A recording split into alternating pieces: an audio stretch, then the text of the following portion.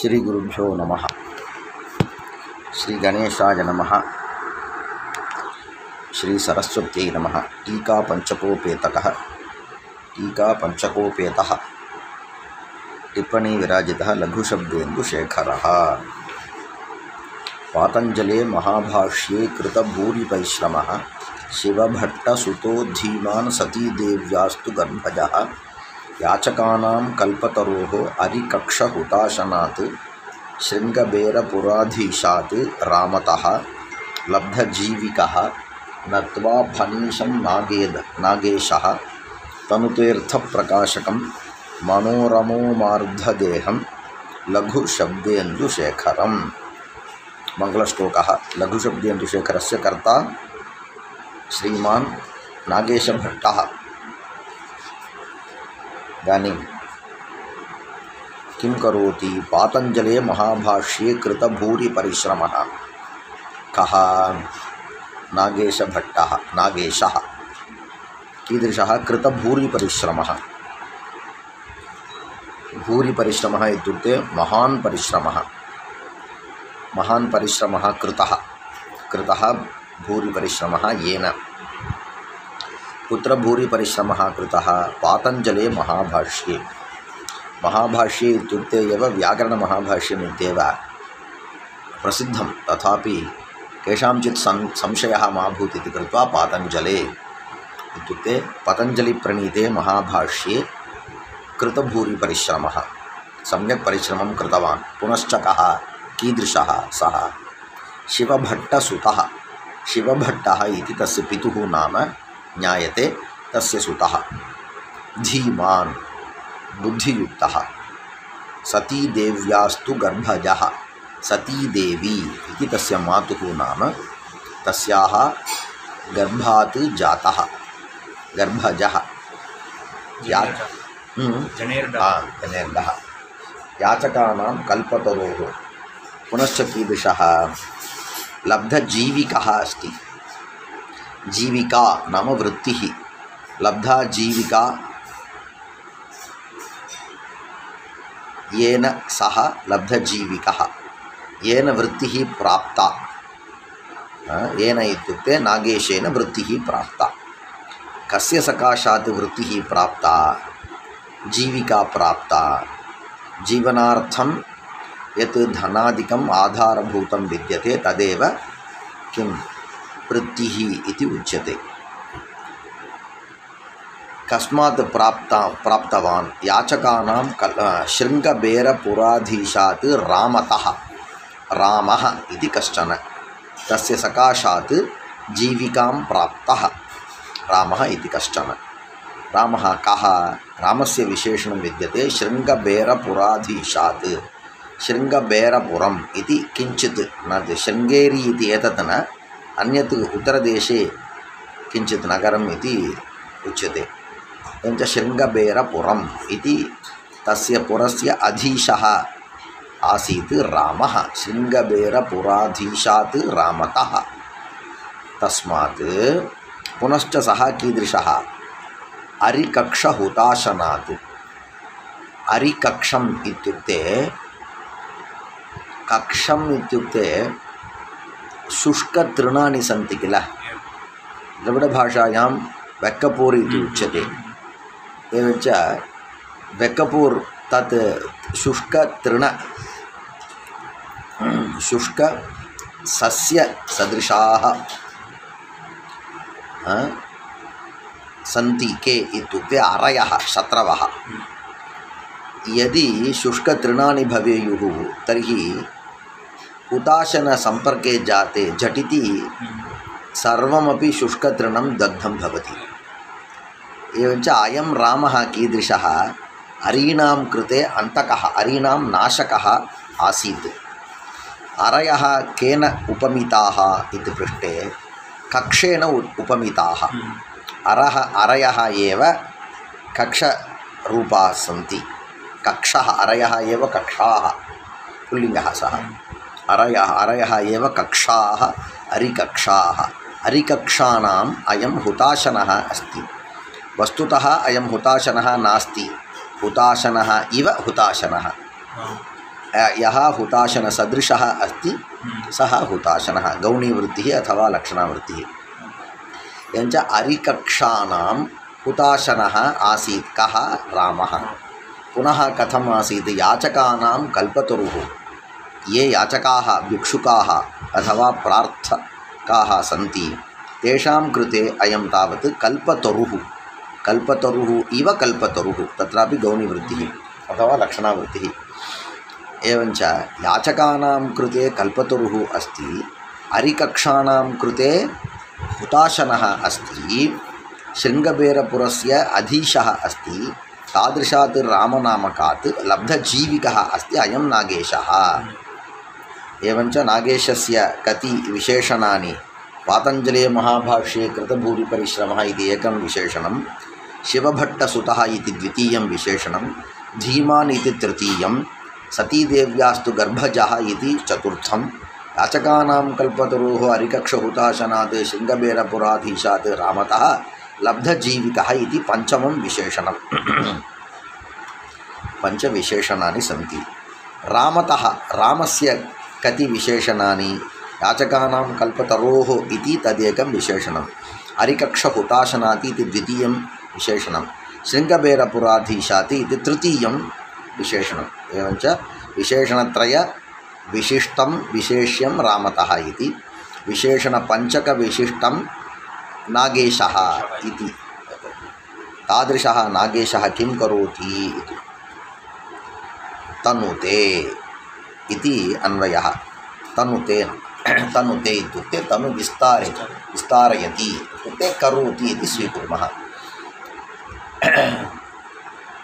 नागेशः करोति करोति तनुते इत्युक्ते आकाङ्क्षा का कर्माकाङ्क्षा भवति। किं तनुते इति किं तनुते इत्युक्ते लघुशब्देन्दुशेखरं तनुते नाम लघुशब्देन्दुशेखरनामकं ग्रन्थं तनुते। लघुशब्देन्दुशेखरः ग्रन्थपरः लघुशब्देन्दुशेखरं तनुते। तर्हि तस्य विशेषणानि कानि कीदृशः लघुशब्देन्दुशेखरः इत्युक्ते तत्र अर्थप्रकाशकं बहूनाम् अर्थानां प्रकाशकः अस्ति अयं ग्रन्थः अर्थप्रकाशकं लघुशब्देन्दुशेखरं। पुनश्च कीदृशः मनोरमो मार्धदेहम् इति लघुशब्देन्दुशेखरः इति कश्चन ग्रन्थः मनोरमा इति अन्यः कश्चन ग्रन्थः प्रौढमनोरमा। एवञ्च अर्धदेहम् इत्युक्तत्वात् प्रौढमनोरमायाः यः अर्धभागः तस्य यः अर्धः अस्ति भागः सः भागः अस्मिन् ग्रन्थेपि अस्ति इत्युक्ते तस्मात् ग्रन्थात् अर्धभागः अत्र गृहीतः इत्यर्थः। एवञ्च देहशब्देन शरीरम् इत्युक्ते मनुष्यादिशरीरं न अपि तु ग्रन्थस्य अंशः परिमाणम् उच्यते। एवञ्च मनोरमायाः अर्धः देहः अथवा अर्धदेहं यस्य अर्धः देहः मनोरमारूपः एव अस्ति तादृशः मनोरमोमार्धदेहः। एवञ्च मनोरमोमार्धदेहम् अर्थप्रकाशकं लघुशब्देन्दुशेखरं तनुते इति अन्वयः। कदाचित् पूर्वकालिकक्रिया काचन अस्ति वा इति द्रष्टव्यम्। अत्र नत्वा इति विद्यते। एवञ्च एतादृशः नागेशः नत्वा तनुते इति नत्वा इति पूर्वकालिकक्रिया तनुते इति प्रधानक्रिया। एवञ्च नत्वा नमस्कृत्य तत्रापि किं भवति आकाङ्क्षा भवति कर्त्राकाङ्क्षा न भवति यतः त्वान्तस्य तद्वत् तिङन्तस्य च कर्ता एकः एव नागेशः नत्वा नागेशः कुरु तनुते इति। परन्तु तत्तत् क्रियाभेदानुरोधेन कर्मभेदाकाङ्क्षा भवति। एवञ्च नत्वा कं नत्वा इति पृष्टे फनीशं नत्वा जातं वा। एवञ्च एवम् अन्वयः अत्र फनीशः फनीशः नाम पतञ्जलिः महर्षिः एव फनीशत्वेन सः सर्पस्वरूपः इति प्रसिद्धिः विद्यते। आदिशेषस्य अंशः अवतारः इत्यपि वदन्ति। एवं च फनीशः आदिशेषः इत्युक्ते फणीनाम् ईशः अयमपि नागानाम् ईशः नागेशः। पतञ्जलिः अपि फणीनाम् ईशः फनीशः। एवं च तं पतञ्जलिं नत्वा नागेशः तनुते इति अन्वयः। अवगतं वा? इदानीं किञ्चित् विशेषार्थ अवगमाय अभिनवचन्द्रिकाम् इति व्याख्यां पश्यामः। सत्यव्रताच्च विजयनगराधिप सत्तमात् पूस्पाटिवंशसम्भूतात् आनन्दाल्लब्धवृत्तिना श्रीदण्डिभट्टकुलज वीरराघवसूनुना बालशास्त्रिपदाम्भोजध्यानसंलब्धबुद्धिना सुब्बम्मदेव्याः पुत्रेण श्वश्रूपूजारते सदा सान्नपूर्णा धर्मपत्नी विश्वनाथेन वै मुदा वाराणसीपुरीवासी श्रीविश्वेश्वरतुष्टये आबाहुपुरुषाकारं शङ्खचक्रासिधारिणं सहस्रशिरसं नत्वा पतञ्जलिमहामुनिं क्रियते कौमुदीव्याख्या लघुशब्देन्दुचन्द्रिका। कौमुदीव्याख्या लघुशब्देन्दुचन्द्रिका। लघुकौमुद्याः या व्याख्या लघुशब्देन्दुशेखरः इति तस्य तावत् तस्य ग्रन्थस्य व्याख्या अस्ति इयं चन्द्रिका। इन्दुशेखरः इत्युक्ते इन्दुः इति स्वीक्रियताम्। इन्दुः नाम चन्द्रः। चन्द्रः इत्युक्ते तस्य किं भवति? चन्द्रिका भवति। एवं च लघुशब्देन्दुः इति तावत् अस्य व्याख्याग्रन्थस्य नाम इति अयं स्वीकृत्य उपरि गच्छति। तस्य चन्द्रिकाख्यां व्याख्यां करोतु भवतु। तत्सर्वं स्वयमेव जानातु। तत्सर्वम् अस्याः व्याख्यायाः कर्ता अस्ति श्रीविश्वनाथदण्डिभट्टः इति। सः किं करोति? चिकीर्षितग्रन्थनिर्विघ्नपरिसमाप्तये कृतं मङ्गलं शिष्यशिक्षायै ग्रन्थतः निबध्नाति। मङ्गलं किमर्थं करोति इति पृष्टे चिकीर्षितग्रन्थनिर्विघ्नपरिसमाप्तये। चिकीर्षितः ग्रन्थः कर्तुमिष्टः चिकीर्षितः। चिकीर्षितः कश्चन ग्रन्थः इत्युक्ते अयं ग्रन्थः कर्तुमिष्टः केन? नागेशेन। तर्हि अयमेव ग्रन्थः चिकीर्षितग्रन्थः। चिकीर्षितश्चासौ ग्रन्थश्च चिकीर्षितग्रन्थः। चिकीर्षितग्रन्थं प्रति विघ्नाः बहवः भवेयुः। यदि विघ्नाः भवेयुः तर्हि समाप्तिः न भवति। ग्रन्थस्य ग्रन्थपरिसमाप्तिः न भवति। परन्तु ग्रन्थपरिसमाप्तिः इष्टा। केन इष्टा? कस्य इष्टा? नागेशभट्टस्य इष्टा। कथं तस्याः परिसमाप्तिः? बहु विघ्नाः आगताः। बहूनां विघ्नानां प्रतिक्षणं तेषां निरसनपूर्वकं मया बहु परिश्रमं कृत्वा ग्रन्थपरिसमाप्तिः कृता इत्युक्ते तत् न इष्टम्। अपि तु निर्विघ्नेन विघ्नाः नैव भवेयुः। अतः चिकीर्षितस्य ग्रन्थस्य निर्विघ्नेन परिसमाप्तिः चिकीर्षितग्रन्थनिर्विघ्नपरिसमाप्तिः तदेव इष्टम् अस्य ग्रन्थकर्तुः। अतः चिकीर्षितग्रन्थनिर्विघ्नपरिसमाप्तये तदर्थं किं करोति? मङ्गलं करोति। भवतु मङ्गलं कृतं परन्तु कृतस्य मङ्गलस्य ग्रन्थे किमर्थम् आयोजनं? ग्रन्थस्य आदौ निबन्धनं सेर्कर्दे निबन्धनं किमर्थं निबन्धनम् इति पृष्टे सत्यं मङ्गलं तावत् ग्रन्थात् बहिः अपि भवितुम् अर्हति। इत्युक्ते मङ्गलस्य लेखनस्य आवश्यकता नास्ति। स्वयमेव एतत् सर्वम् एकवारम् उक्त्वा तदनन्तरं ग्रन्थं लिखितुं प्रभवति। अथवा अन्यस्मिन् तालपत्रे कागदे वा विलिख्य तत् कुत्रापि त्यक्त्वा नूतनं ग्रन्थं तावत् लिखितुं प्रभवति। किमर्थं ग्रन्थाङ्गत्वेन सः निबध्नाति इति पृष्टे तत्र मङ्गलकरणस्य फलं तावत् चिकीर्षितग्रन्थनिर्विघ्नपरिसमाप्तिः। ग्रन्थस्य आदौ निबन्धनस्य फलं तावत् शिष्यशिक्षा। एवं विभज्य अस्माभिः ज्ञेयं कृतं मङ्गलं शिष्यशिक्षायै। शिक्षायै इति चतुर्थी विद्यते शिक्षार्थं ग्रन्थतः इत्युक्ते ग्रन्थे अथवा ग्रन्थेन साकम् अथवा तदपि मङ्गलं ग्रन्थत्वेन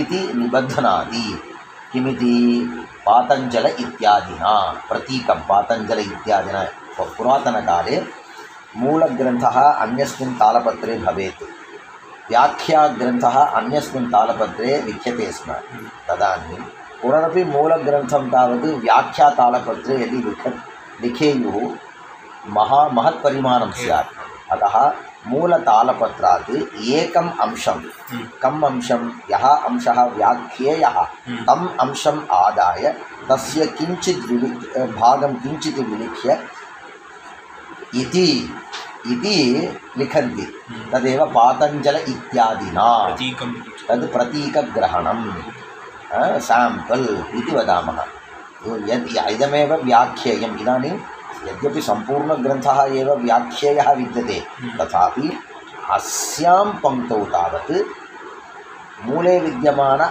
अयमेव अंशः व्याख्येयः इति तदर्थं प्रतीकग्रहणं तदा कुर्वन्ति पातञ्जले पातञ्जलं नाम किं पतञ्जलिना निर्मितं पातञ्जलं पतञ्जलिना महर्षिणा निर्मितं पातञ्जलं तत् किं महाभाष्यं तस्मिन् शेषे इति लक्षणसूत्रेण अन्प्रत्ययः पातञ्जलं तस्मिन् पातञ्जले इति सप्तमी तत्र कः प्रत्ययः अण् प्रत्ययः केन सूत्रेण शेषे इति सूत्रेण किं प्राग्दिव्यतोनिति विद्यते किल अतः शेषे इत्युक्ते इतः पूर्वं शेषे इति सूत्रारम्भात् प्राक्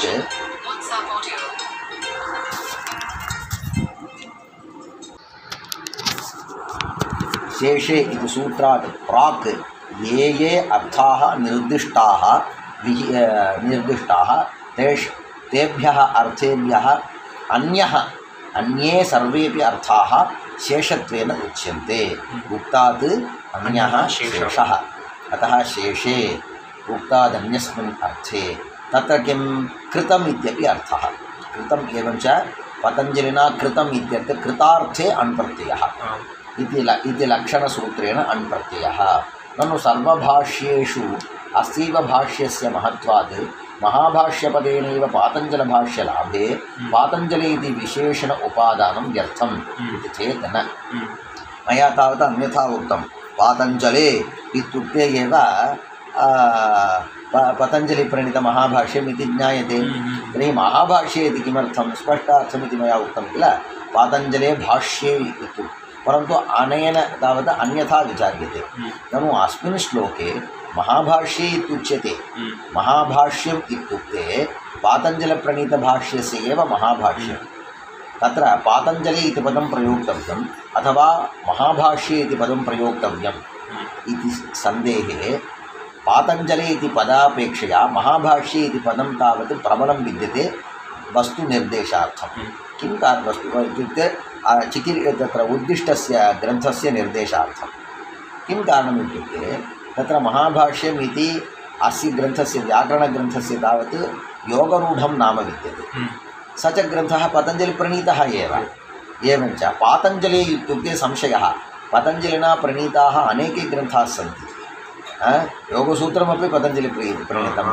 चरकसंहिता इति उच्यते तदपि पतञ्जलिप्रणीतम् एवञ्च पातञ्जलि इत्युक्ते संशयः भवितुमर्हति परन्तु महाभाष्ये इत्युक्ते संशयः न भवति परन्तु तत्रापि किं वदेयुः व्याकरणशास्त्रे पातञ्जलि इत्युक्ते महाभाष्ये प्रकरण इति वक्तुं शक्नुवन्ति ज्ञातुं शक्नुवन्ति तथापि प्रकरणम् अनपेक्ष्य यदि वक्तव्यं तर्हि महाभाष्ये इति पदं प्रबलम् एवं वाक्यार्थे तावत् एवम् एतादृशरीत्या वदेयुः तावदेव अतः महाभाष्यम् इत्युक्ते एव पर्याप्तं किल किमर्थम् अस्मिन् श्लोके पातञ्जलि इति पुनः न प्रथमं किमर्थं विशेषणम् इति वदति ननु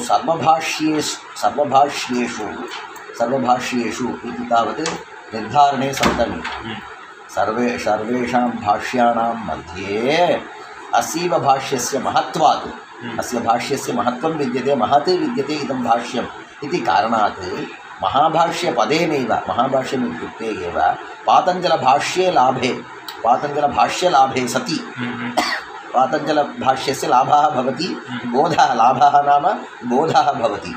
तर्हि पातञ्जले इति विशेषणोपादानं व्यर्थम् इति पृच्छति इति चेत् इति यदि पृच्छेत् न सः प्रश्नः साधुः नास्ति। किं कारणं? व्यर्थम् इत्येव किल पृच्छति, व्यर्थं न। पातञ्जलि पदप्रयोगः व्यर्थः न। किं कारणं?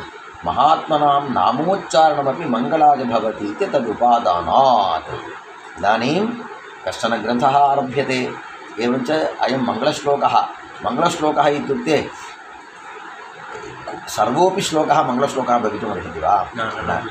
तत्र देवतानां नामनिर्देशः स्यात्, अथवा येषां नाम्नाम् उच्चारणेन तत्र निर्विघ्नपरिसमाप्तिः स्यात्, तेषां नाम वक्तव्यं। मङ्गलं त्रिविधमिति वदन्ति किल, देवतानिर्देशात्मकमङ्गलं, वस्तुनिर्देशात्मकमङ्गलं, नमस्कारात्मकम्, आशीर्वादः नमस्कारात्, देवता नमस्कारमेव तद्, देवता नमस्कारात्मकम् इति त्रिधा वदन्ति।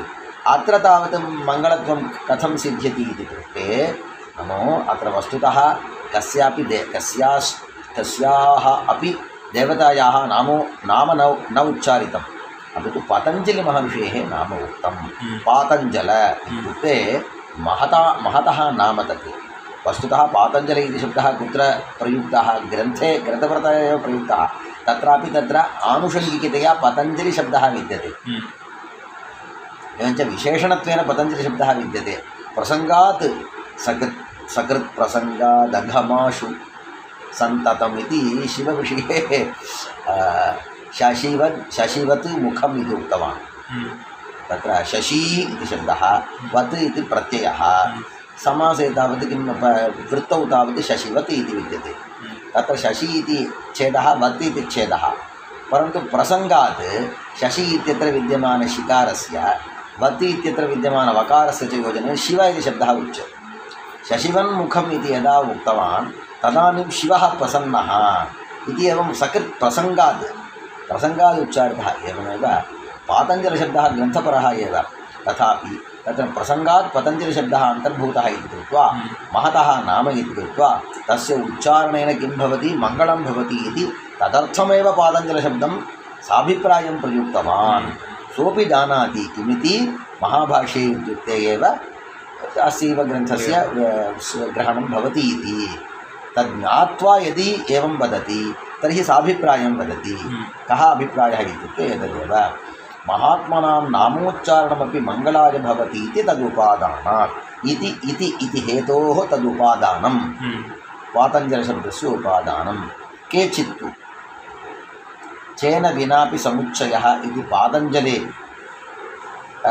योगशास्त्रे महाभाष्ये व्याकरणभाष्ये च कृतभूरिपरिश्रमः इत्यर्थः। एवं रीत्या एकं व्याख्यानम्। अन्ये किं वदन्ति? तत्र पातञ्जलशब्देन किं योगशास्त्रं गृह्यताम्, पातञ्जलयोगशास्त्रं गृह्यताम्।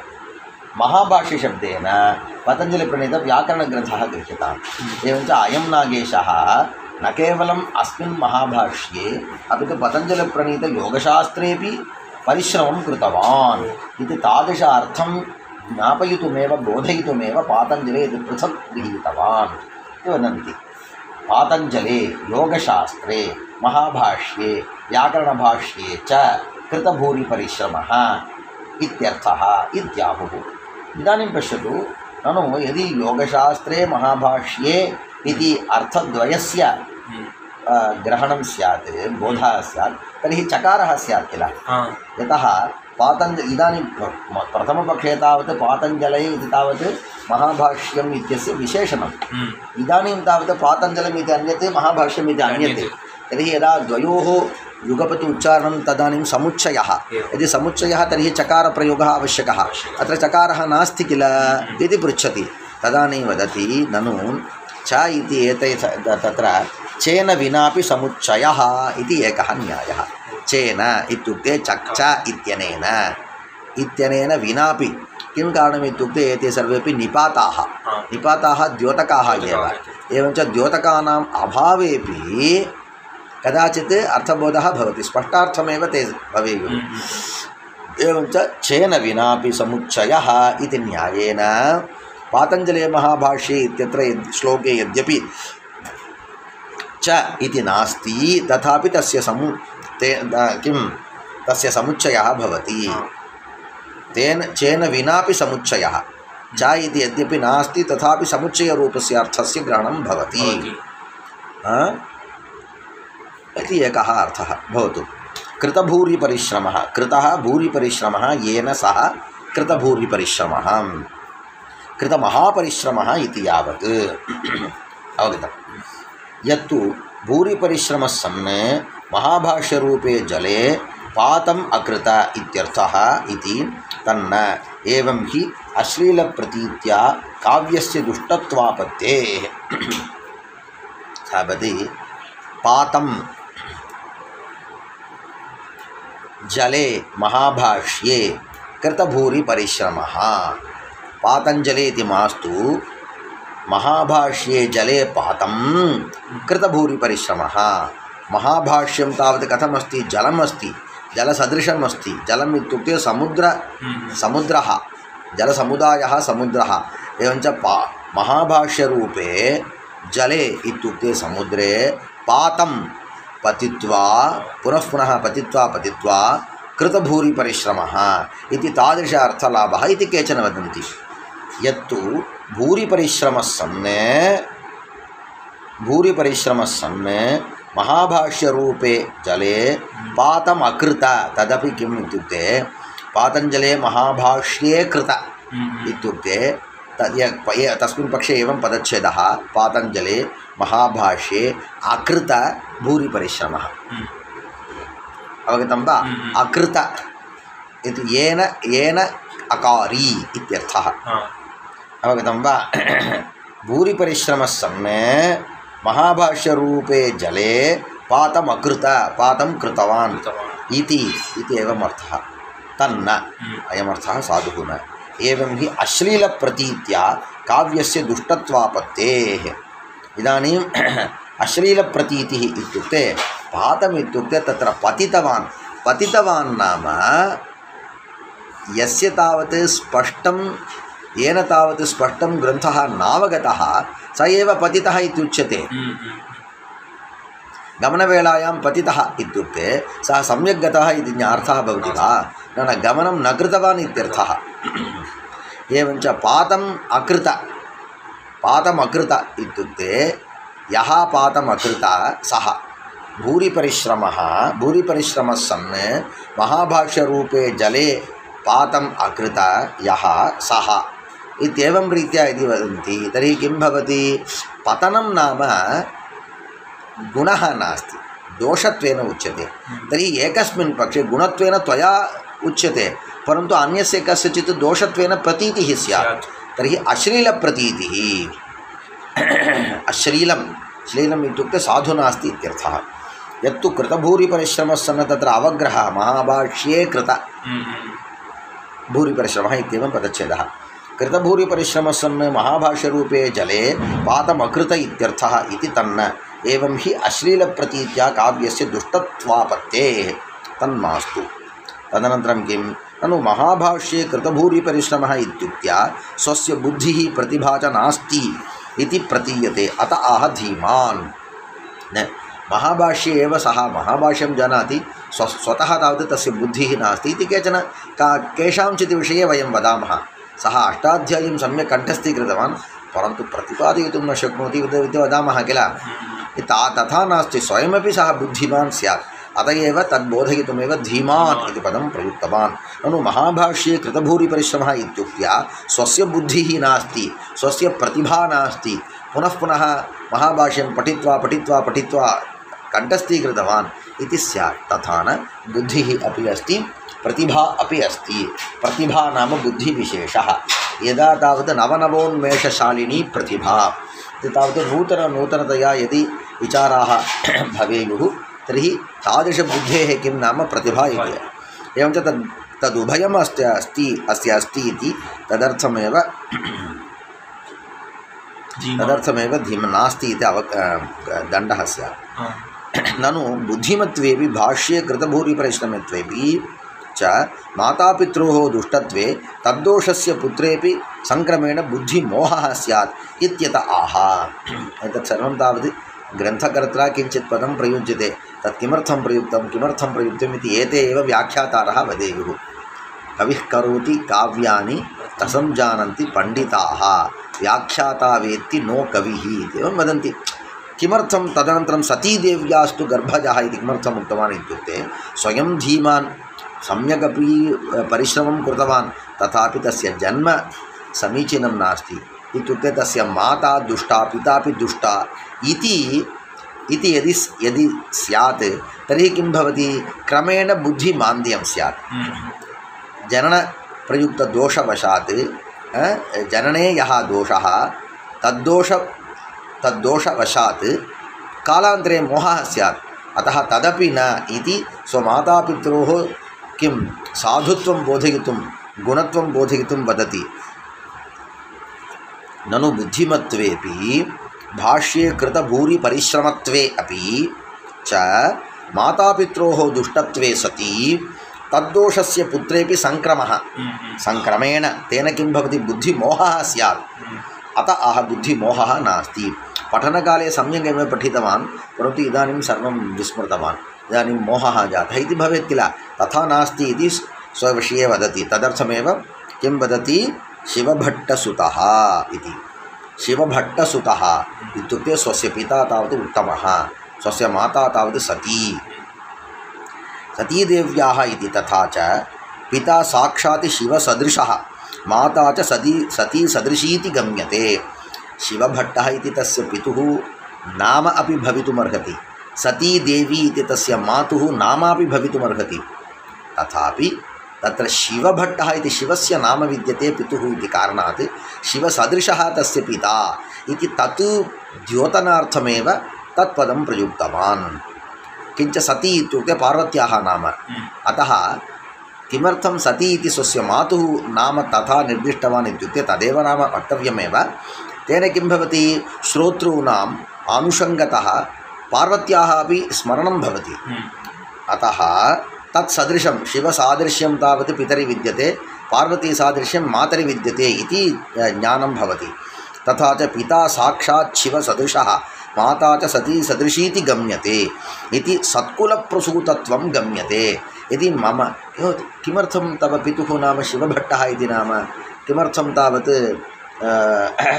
अन्यत् घटभट्टः इति नाम नास्ति वा, अथवा कौण्डभट्टः इति किमर्थं नाम नास्ति वा इति पृष्टे, किमर्थं शिव इत्युक्ते शिवसदृशः, किमर्थं मातुः सतीदेवी इति नाम, अन्यत् तावत् अन्यत् किमपि नाम अस्तु इति पृष्टे सती सदृशी सा इति तदर्थमेव।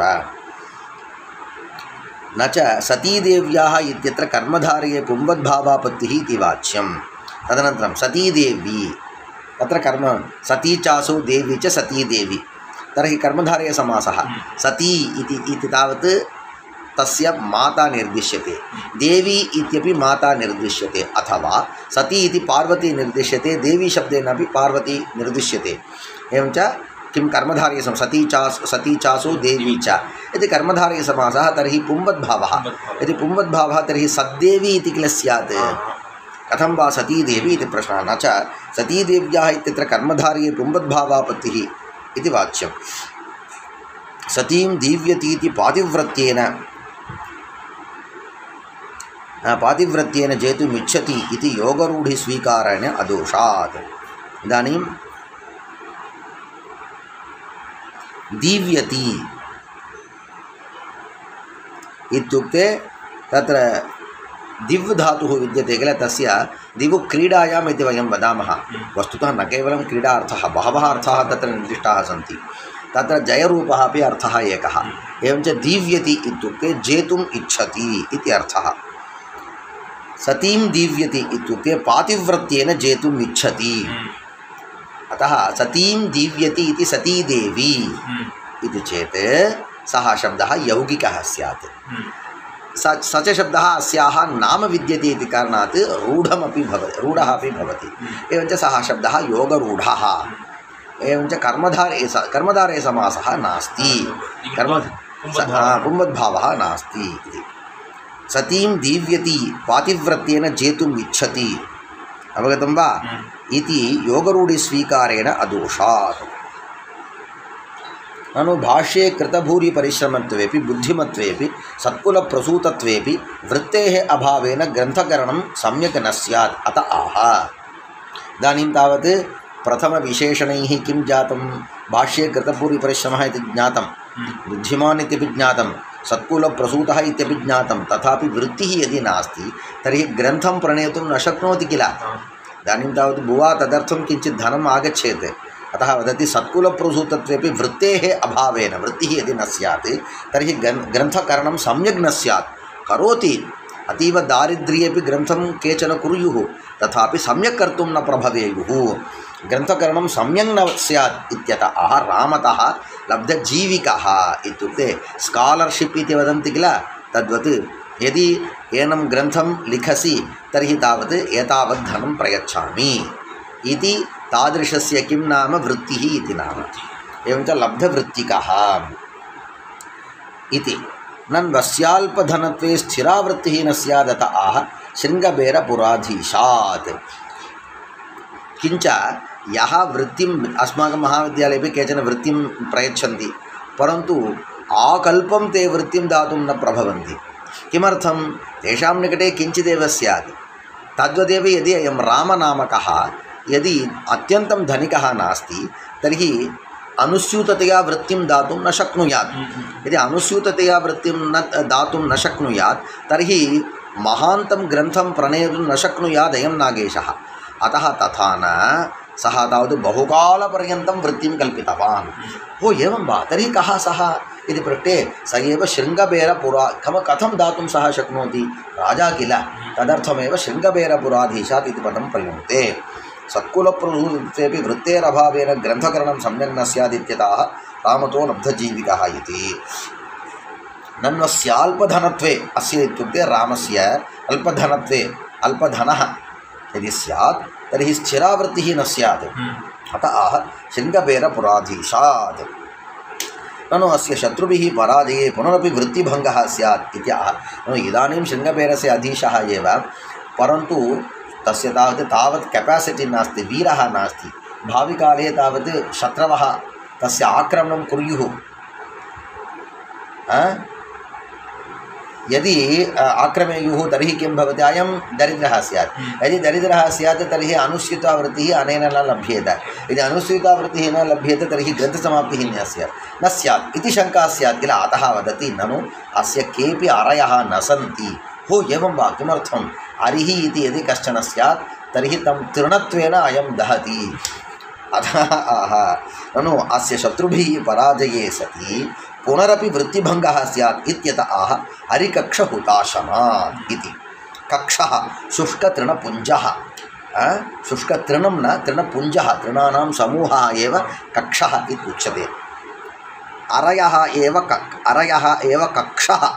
एवञ्च कक्षाः इति मया उक्तं, कक्षः इत्येव पर्याप्तं, यतः कक्षशब्दः समूहपरः। अतः अरयः एव कक्षः। एवं एतादृशप्रयोगाः अस्माभिः द्रष्टव्याः। अरयः इति तावत् बहुवचनान्तं, कक्षा एकवचनान्तम्, उभयोः अपि अन्वयः भवत्येव। यतः अस्माकं प्रयोगेषु एतादृश उदाहरणानि न दृश्यन्ते किल, अतः व्याख्यानेषु एतादृशप्रयोगाः अवधेयाः। अरयः एव कक्षः, तस्य हुताशनात्। हो, हुताशनः वा अयं मनुष्यः नास्ति इति चेत् ननु हुताशनसदृशः, अग्निसदृशात् इत्यर्थः। ननु असौ कृपणश्चेत् वृत्तिप्रतिबन्धं कुर्यादत आह। ननु रामात् अयं धनं प्राप्तवान्, निर्विघ्नेन एव प्राप्तवान्। किं करोति? निर्विघ्नेन एव प्राप्तुं, बहुधनं प्राप्तुं शक्नुयात्। किं कारणं? सः राजा। भाविकाले अरिभिः श्रमः अपि न भवति, यतः अयम् अरिकक्षहुताशनः। एतत् सर्वम् अस्तु, परन्तु भाविकाले स्वयं यदि कृपणः भवेत्, कञ्चन यदि कृपणः स्यात् तर्हि अनुस्यूतावृत्तिः न स्यात् किल। इति चेत् तदर्थमेव याचकानां कल्पतरुः इत्युक्ते, कल्पतरुः कृपणः कदापि न भवति। यावत् कल्पकालं तत्र ददन् एव प्रयच्छन् एव स्यात् ननु असौ कृपणश्चेत् वृत्तिप्रतिबन्धं स्यात् वृत्तिप्रतिबन्धं कुर्यात् अयमेव भाविकाले अत आह याचकानां कल्पतरोः एवञ्च सर्वमपि विशेषणं साभिप्रायम् इति निरूपितम् एवं निरूपणमेव व्याख्यातुः कार्यं नागेशः इति तदनन्तरं नत्वाफनीशं नागेशः ओ नागेशः इति स्वनाम कीर्तितं वा आत्मनाम गुरोर्नाम नामातिकृपणस्य च श्रेयस्कामो न गृह्णीयात्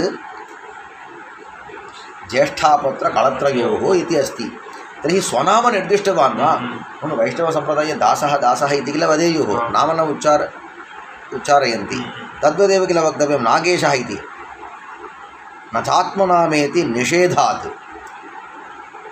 न किमुक्तम् आत्मनाम गुरोर्नाम आत्मनाम न गृह्णीयात् गुरोः नाम न गृह्णीयात् अतिकृपणस्य नाम न गृह्णीयात् श्रेयस्कामो न गृह्णीयात् ज्येष्ठापत्रस्य नाम न गृह्णीयात् कलत्रस्य नाम न गृह्णीयात् इति वाच्यम् इति प्रश्नः न तथा न वक्तव्यम् आत्मनाम इति स्मृतौ न गृह्णीयात् इत्यस्य अर्थेन लेखने दोषाभावात् तत्र तस्यां स्मृतौ न गृह्णीयात् इति शब्दस्य न उच्चारयेत् इत्यर्थः वाचो उच्चारणं न स्यात् लेखने दोषः नास्ति आत्मनामेति स्मृतौ न गृह्णीयात् इत्यस्य नोच्चारयेत् इति अस्ति दण्डः गतः इत्यर्थेन लेखने दोषाभावात् अत एव सर्वो व्यवहारकाण्डः सङ्गच्छते एवञ्च लेखने दोषः व्यवहारकाण्डे तत्रैव तस्यामेव स्मृतौ कदाचित् शिलालेखनादिषु शिलालेखनं पत्रलेखनम् इत्यादिकं विद्यते शिलालेखनादिषु स्वनाम लेखनीयं दानपत्रं दीयते तत्र स्वनाम लेखनीयं यदि कदापि लेखनमपि न कुर्यात् इति यदि अर्थः तर्हि व्यवहारकाण्डे स्मृतिपुस्तके व्यवहारकाण्डे लेखनं न सङ्गच्छते यत्तु कूपखननन्यायेन स्वनामोच्चारणं दुरितं नश्यति इति तन्न नान्तरीयकपापनाशस्यैव तन्यायविषयत्वात् आत्मनामोच्चारणस्य ग्रन्थकरणानन्तरीयकत्वाभावात् तदनन्तरं यदपि नत्वाफनीशम् इति मङ्गलाचरणेन भवतु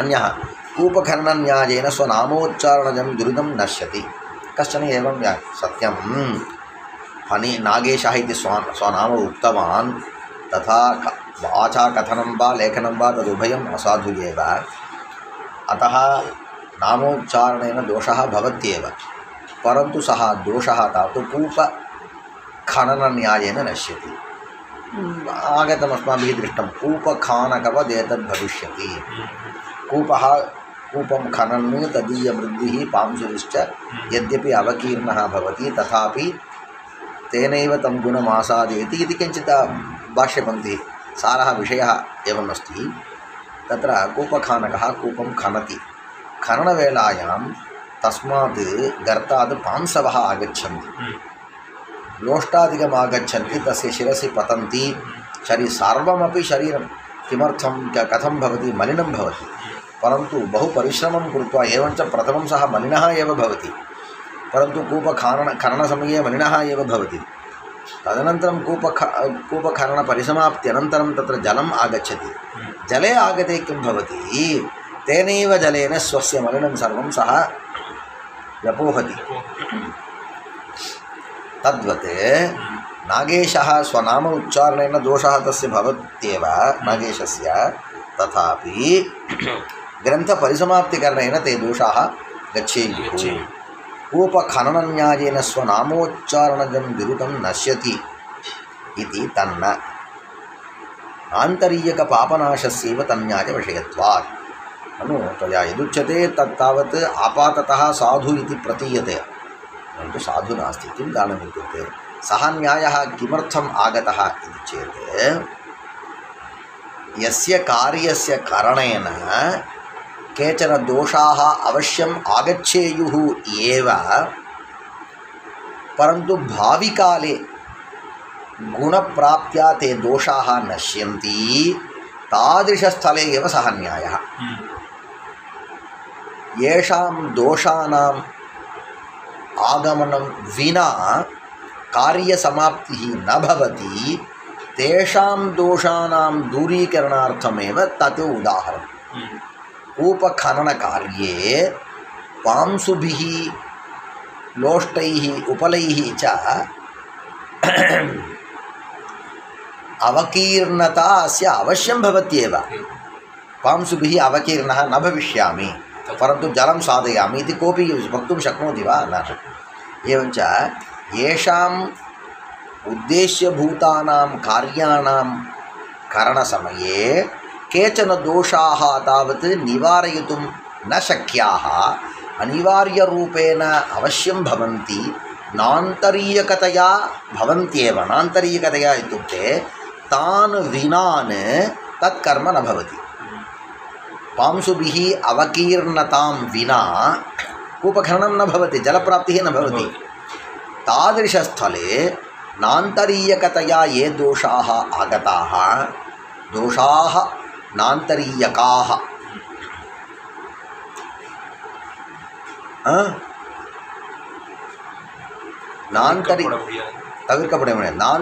नान्तरीयकतया दोषाः भवेयुः।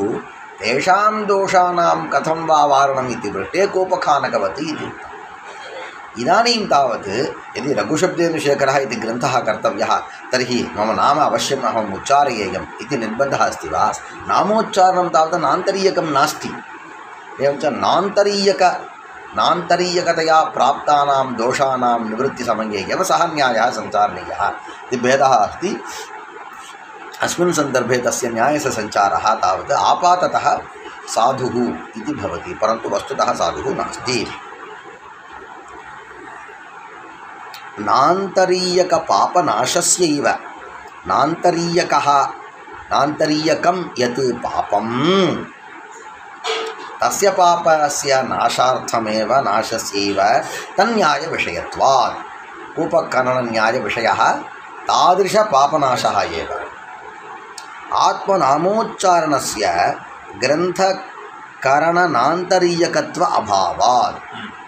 यदि ग्रन्थकरणं स्यात् तर्हि नान्तरीयकतया मम नामोच्चारणं स्यात् अस्ति वा? यदि कूपः खननीयः तर्हि नान्तरीयकतया पांसुभिः अवकीर्णः भविष्यामि एव इति वदस्ति वा? अत्र तस्य न्यायस्य सञ्चारः व्यर्थः। यदपि अन्ये केचन किं वदन्ति, नत्वा फनीशमिति मङ्गलाचरणेन स्वनामोच्चारणजं पापं नश्यति इति। तदपि न। तत्र कूपखानकन्यायः इति तावत् स्वनाम कथनेन दोषः आगतः, सम्पूर्णग्रन्थस्य करणेन पुण्यम् आगतं, तेन पुण्येन तस्य पापस्य नाशः इति तादृशरीत्या। अन्ये किं वदन्ति, ननु तावत्पर्यन्तं गमनस्य आवश्यकता नास्ति, अत्रैव नत्वा फनीशमिति पतञ्जलिमहर्षेः नाम उच्चारितम्। एवञ्च नागेशः इति स्वनामोच्चारणेन यः दोषः सः दोषः फनीशम् इति पतञ्जलिमहर्षि नामोच्चारणेन व्यपगतं भवति इति केचन वदन्ति। ननु नत्वा फनीशमिति मङ्गलाचरणेन स्वनामोच्चारणजं पापं नश्यति इति। तदपि न। पुण्यपापयोः शब्दैकसमधिगम्यत्वेन समाप्तिकामो मङ्गलमाचरेदिति शिष्टानुचारानुमितश्रुत्या अन्यफलकत्वकल्पनायाः कर्तुम् अशक्यत्वात् सम्भवति दृष्टफलकत्वे अदृष्टकल्पनायाः अन्याय्यत्वात्। सा वदति मुखमस्ति इति किमपि वक्तव्यम् इति न। पश्यतु, इदानीम् आरम्भे अस्माभिः कीदृशव्याख्यानं कृतम् इति चेत्, नत्वा फनीशम् अत्र पातञ्जले महाभाष्ये इति तावत् पतञ्जलिनाम गृहीतं। सम्पूर्णः श्लोकसमूहः इत्युक्ते त्रयः श्लोकाः, त्रयाणामपि श्लोकानां मिलित्वा मङ्गलमिति नाम। अवगतं वा? मङ्गलं किमर्थम् इति पृष्टे निर्विघ्नग्रन्थपरिसमाप्तिः इति उक्तं। तर्हि मङ्गलस्य फलं किं? ग्रन्थपरिसमाप्तिः एव।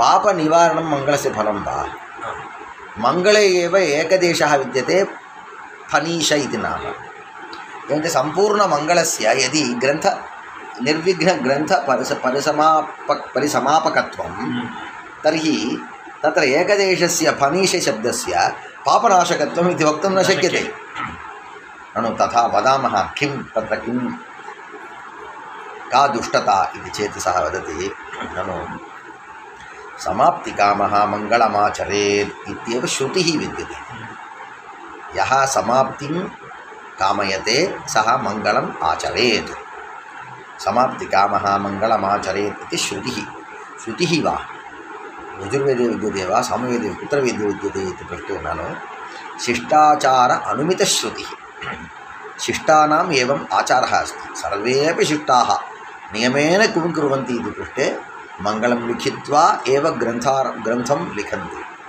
किमर्थम् इति पृष्टेपि ते किं वदन्ति निर्विघ्नपरिसमाप्त्यर्थम् इति एवं च शिष्टानाम् आचारे यदि कोऽपि अस्ति तर्हि तस्य सर्वस्यापि किमपि शब्दप्रमाणम् अवश्यं स्यात् तर्हि शिष्टाः यदि नियमेन मङ्गलाचरणं कुर्वन्ति समाप्तिकामाः शिष्टाः समाप्तिकामनया यदि कुर्वन्ति तर्हि एवं काचन श्रुतिः अवश्यं स्यात् इति सा श्रुतिः अनुमीयते धूमेन यथा वा वह्निरनुमीयते तद्वत् शिष्टाचारेण श्रुतिः अनुमीयते तस्याः श्रुत्याः स्वरूपं किम् इति पृष्टे समाप्तिकामः मङ्गलमाचरेत् इति श्रुतिस्वरूपं तत् एवञ्च श्रुतिः कुत्र विद्यते इति न प्रष्टव्यम् अनुमितश्रुतिः एवञ्च शिष्टाचार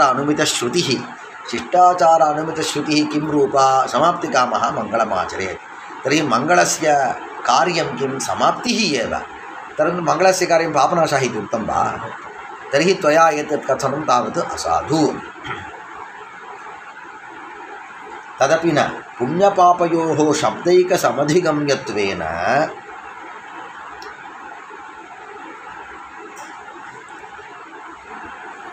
पुण्यपापयोः पुण्यं भवति पापं भवति प्रकृते तावत् पुण्यं भवति पापं भवति इति चेत् स्वयं कश्चन न वदेत् हे अस्य करणेन पुण्यं भवति एवं वा कथं जानाति अहं मम अक्ष्णा दृष्टवान् इति कोऽपि वदेद्वा न वेदे एवम् अस्ति तन्त्रे एवम् अस्ति पुराणेषु एवम् अस्ति इति कमपि शब्दं सः वदेत् प्रत्यक्षेण पुण्यं भवति इति न वक्तुं शक्नोति अनुमित्या पुण्यं भवति इति न वक्तुं शक्नोति उपमित्यापि न भवति शब्देन एव पुण्यं भवति पापं भवति इति वक्तुं शक्नुयात् तर्हि पुण्यपापयोः किं प्रमाणं शब्दः एव प्रमाणम् इदानीं नागेशशब्दकथनेन पापं भवति इति स्मृतिः विद्यते फणीशशब्दकथनेन पापं व्यपगच्छति इति श्रुतिः विद्यते वा शब्दः विद्यते वा एकः हेतुः किञ्च फणीशशब्दः कुत्र गतः मङ्गले अन्तर्भूतः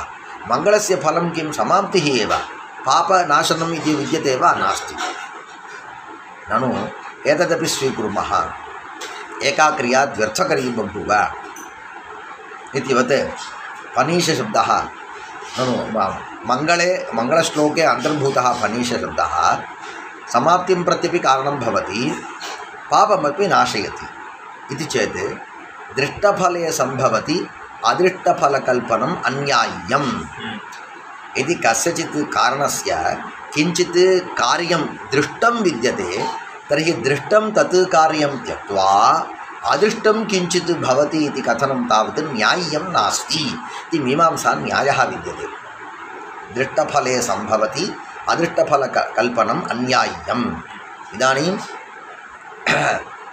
मङ्गलस्य दृष्टं फलं किं समाप्तिः इत्युक्ते समाप्तिः दृष्टा विद्यते दृष्टं फलं विद्यते यदि मङ्गलस्य समाप्तिरूपं दृष्टं फलं सम्भवति तर्हि तत्र मङ्गलैकदेशस्य फणीशशब्दस्य पापनाशनरूपम् अदृष्टं फलम् इति कथनं तावत् न्याय्यं नास्ति त्रिभिः हेतुभिः एतदपि न वक्तव्यं नागेशशब्दोच्चारणेन पुण्यं पापं भवति तच्च पापं फणेशशब्दोच्चारणेन नश्यति इति एतदपि त्रिभिः हेतुभिः असाधु अवगतं नत्वा फणीशमिति मङ्गलाचरणेन स्वनामोच्चारणदं पापं नश्यति इति तदपि न पुण्यपापयोः शब्दैकसमधिगम्यत्वेन समाप्तिकामो मङ्गलमाचरेदिति शिष्टानुमितश्रुत्या अन्यफलकत्वकल्पनायाः कर्तुम् अशक्यत्वात् अन्यफलकत्वकल्पना इत्युक्ते फणीशशब्दस्य अन्यदपि फलम् इति कल्पनम् इति कथनम् अन्यफलकत्वकल्पनायाः कर्तुम् अशक्यत्वात् सम्भवति दृष्टफलकत्वे अदृष्टकल्पनायाः अन्याय्यत्वात् अशक्यत्वात् अन्याय्यत्वात् फलान्तरकल्पनं तावत् कल्पयितुं न शक्यते इति किमर्थं न शक्यते अहम् अन्यत् एका क्रिया द्व्यर्थकरी बभूव इतिवत् द्वे फले भवतः इति अहं वदामि इत्युक्ते तदपि न भवति इति चत्वारः हेतवः यदपि अन्ये किं वदन्ति नागेश इति न नाम किन्तु नागः पतञ्जलिः ईशः प्रवर्तकः अन्तर्यामितया इति यौगिकः इति तदपि न इदानीं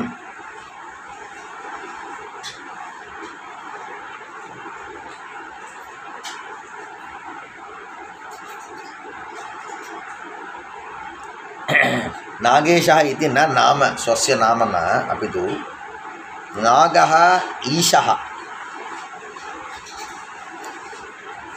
यस्य इति एकम् अध्याहार्यमध्ये चिन्तये यस्य ईशः नागः यस्य नागेशस्य ईशः नाम प्रवर्तकः कः प्रवर्तकः नागः नाम पतञ्जलिः एवञ्च पतञ्जलिः एव नागेशस्य प्रवर्तकः इति कृत्वा एव नागेशः इति उक्तवान् नागेशः इति तस्य नाम नास्ति नाम इत्युक्ते रूढिः परन्तु नागेशः इति तावत् यौगिकम् इति वदति किन्तु नागः पतञ्जलिः ईशः प्रवर्तकः कथम् अन्तर्यामित्वेन नागेशस्य अन्तर्यामित्वेन पतञ्जलिः अस्ति इत्युक्ते किं स्यात् तत्र यस्य सः इति एकं पदं योजनीयं तदानीमेव तनुते इत्यनेन अन्वयः भवति इति यौगिकः एवञ्च नाम नास्ति यदि रूढिः यदि रूढं विद्यते तदानीमेव नामं यदि यौगिकं विद्यते तदानीं नाम नास्ति इति केचन वदन्ति तदपि न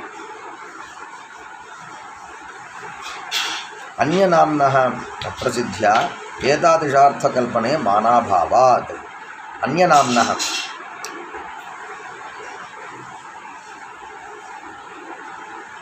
इत्युक्ते तर्हि नागेशः इति कस्य नाम इति प्रसिद्धिरेव नास्ति कस्य नाम इति न वक्तुं शक्नुमः एवञ्च एतत् कस्य नाम इति न जाने परन्तु अहम् अत्र योजयामि इति तावत् तदुचितं नास्ति अत्र कश्चन कोऽपि क्लेशः अनुभूयते मया भवतु अन्यनाम्नः अप्रसिद्ध्या अन्यस्य कस्यचित् नाम तावत् अप्रसिद्धं भवति नागेशः इति तव नाम वा न कस्य नाम न जानामि यदि अप्रसिद्धं तर्हि तस्य ग्रहणं तावत् व्यर्थम् एतादृशार्थकल्पने मानाभवात् किञ्च नागः ईशः नाम अन्तर्यामित्वेन प्रवर्तकः इति अर्थं वदसि किल तत्र किं प्रमाणम् अत्र नागेशशब्दः यौगिकः एव यौगिकः इति कथने किञ्चित् प्रमाणं स्यात् किल तत् प्रमाणं नागेशः इत्युक्ते झटिति तत्रापि बहवः न्यायाः सन्ति रूढिः योगमपहरति इति एकः न्यायः एकः शब्दः श्रूयते तस्य शब्दस्य योगवृत्त्या अन्यः अर्थः रूढ्या तावत् अन्यः अर्थः शब्दः श्रूयते झटिति कः अर्थः बुद्धौ अवभासते इति पृष्टे रूढ्यर्थः एव अवभासते इति शास्त्रकाराः वदन्ति अवगतं वा प्रकरण केवलं नाम श्रूयते नाम्नः द्वौ अर्थौ नागेशः इत्युक्ते नागानामीशः इति एकः अर्थः नागेशः इति कस्यचित् नाम इदानीं कस्य झटिति अवभासः भवति इति पृष्टे रूढ्यर्थः एव किम् इत्युक्ते अवयव अपेक्षा नास्ति तस्य एवं वर्णयन्ति இது ஒரு சாமானிய நியாயம் தस्य अपवादः अपि अस्ति परन्तु अत्र कोऽपि அந்த என்ன பண்ண ஏனா இதெல்லாம் போட நாகः ஈஷः प्रवर्तकः अंतर्यामितया